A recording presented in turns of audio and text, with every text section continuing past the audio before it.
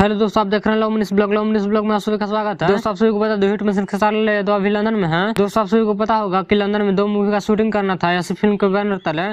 तो एक मूवी का शूटिंग कंप्लीट कर लिया गया है, जिस मूवी का नाम है लाडला 2 और इसकी जानकारी मेघाश्री दी है और वहाँ से कुछ तस्वीरें भी शेयर की है, जैसे की बारी बारी से स्क्रीन पर देख सकते हैं। तो दोस्तों, आप सभी को बता दो कि हिट मिशन खेसारी यादव का सेकंड मूवी प्यार का बंधन, इस मूवी में स्टार कास्ट में नजर आने वाली है एमडी सिंह। दोस्तों, आप सभी को बता दो कि हिट मिशन खेसारी यादव का सेकंड मूवी प्यार का बंधन, इस मूवी का शूटिंग स्टार्ट हो गया है। दोस्तों, आप सभी को बता दो हिट मिशन खेसारी यादव का नई हीरोइन मेघाश्री का वीडियो काफी तेजी से वायरल हो रहा है, जैसे कि आप लोग स्क्रीन पर देख सकते हैं। अगर इस वीडियो को देखना है तो मेघाश्री के ऑफिशियल इंस्टाग्राम आईडी पर जाकर देख सकते हैं। तो यह वीडियो कैसा लगा कमेंट करके जरूर बताएं। मेरे चैनल पर नए हो तो चैनल को सब्सक्राइब करें और वीडियो को लाइक करें, और वीडियो पसंद है तो वीडियो को शेयर करें भी।